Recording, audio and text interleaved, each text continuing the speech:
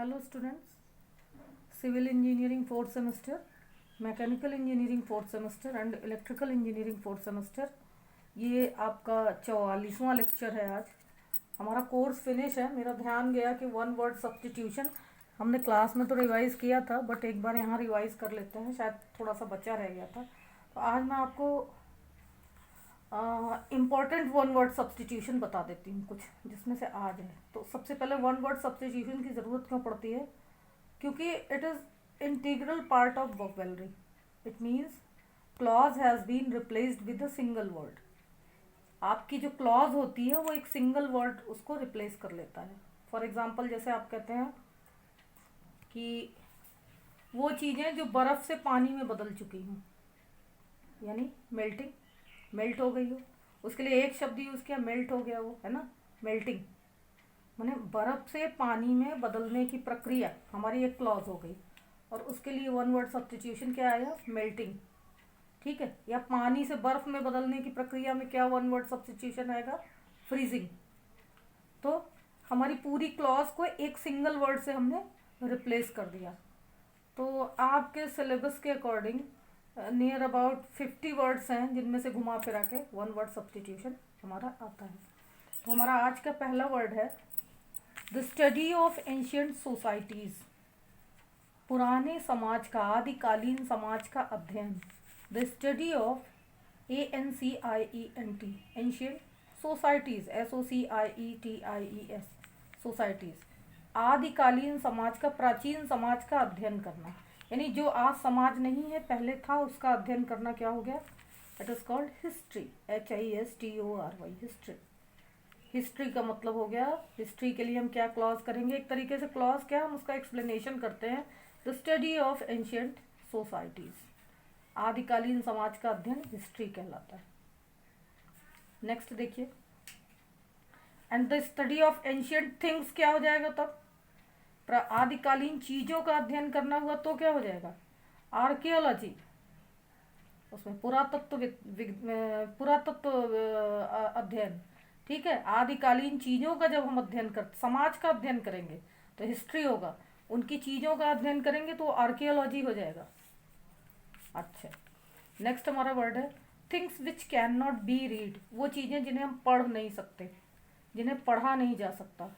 जैसे इमोशंस होते हैं, कुछ चीज़ें सिर्फ समझी जा सकती हैं, पढ़ी नहीं जा सकती। Illegible, ILLEGIBLE, illegible means things which can not be read. वो चीज़ें जिन्हें हम पढ़ नहीं सकते, दैट आर इलेजिबल। जैसे बॉडी लैंग्वेज, बॉडी लैंग्वेज को पढ़ा नहीं जा सकता, ओनली यू कैन अंडरस्टैंड, आप समझ सकते हैं। That is body language is matter of illegible. Illegible जिसे पढ़ा नहीं जा सकता, सिर्फ समझा जा सकता है, महसूस किया जा सकता है। अगला हमारा वर्ड है one which can not be seen. वह कोई ऑब्जेक्ट जिसे देखा नहीं जा सकता, जिसे आप देख नहीं सकते। जैसे एयर, हवा, स्मेल, खुशबू, इसे देख नहीं सकते।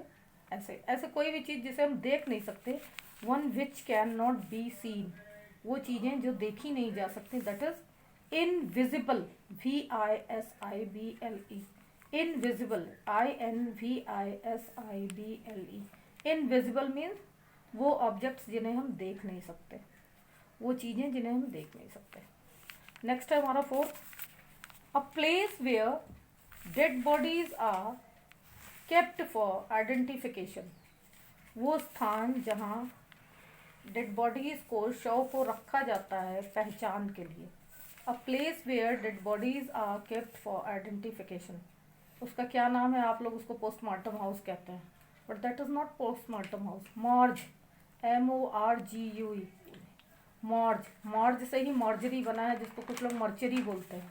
नॉट मर्चरी, मर्जरी, च नहीं, मॉर्जरी, मॉर्जरी, MORGUERY, मॉर्जरी, जिसे पोस्टमार्टम हाउस कहते हैं। शवगृह, मॉर्ज, MORGUE, मॉर्ज means the place where dead bodies are kept for identification. A person who does not eat meat, वो लोग, जानवर नहीं, व्यक्ति।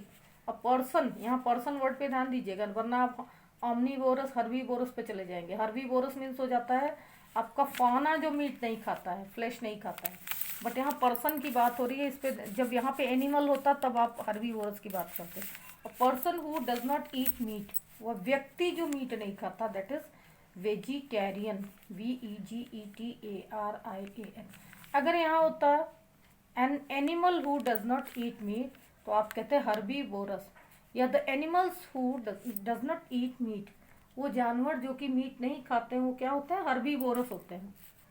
पूरा फाना, द फाना who does not eat meat, जो फाना जो कि मीट नहीं खाता, दैट इज हर्बीवोरस। बट यहाँ पर्सन की बात हो रही है तो वेजिटेरियन, यानी वो मीट नहीं खाता तो वेजिटेबल्स खाता है। 6 एग्जाम्पल हमारा है, अ person who travels on foot, वह व्यक्ति जो पैरों से यात्रा करता है, यानी पैदल यात्रा करता है। पैदल यात्री को कहते हैं पेडेस्ट्रियन, या हम क्लास में कई बार यूज कर चुके हैं, PEDESTRIAN, पेडेस्ट्रियन यानी पैदल चलने वाला। A person who travels on foot. 7th example हमारा, a home for children without parents, वो घर जहाँ बिना माँ बाप वाले बच्चे रहते हैं। हिंदी में उन्हें अनाथालय कहते हैं, इंग्लिश में कहते हैं ऑर्फेनेज। फ, दोनों ओठों को जोड़ के फ, नहीं, ऊपर वाले दांत को नीचे वाले ओठों से सटा के नहीं, दोनों ओठों को सटा के फ यानी PH। तो orphanage, ORPHAN, ORPHANAGE, orphanage. Orphanage यानी कि अनाथाश्रम, अनाथालय। Home for children without parents, और orphanage, PHANAGE। A place where one lives permanently, वो जगह जहाँ पे कोई स्थायी निवास करता हो। आप लोग स्थायी निवास प्रमाण पत्र बनवाते हैं तो क्या बनवाते हैं, डोमिसाइल बनाते हैं। डोमिसाइल मतलब DOMICILE, डोमिसाइल स्थायी निवास। वही तो आवास प्रमाण पत्र बनता, निवास प्रमाण पत्र बनता है। जब आप निवास प्रमाण पत्र बनवाते हैं तो डोमिसाइल बनवाते हैं ना, तो DOMICILE, उसकी क्लॉज हमारी क्या होगी, a place where one lives permanently, वो जगह जहाँ लोग स्थायी रूप से निवास करते हैं, दैट इज डोमिसाइल।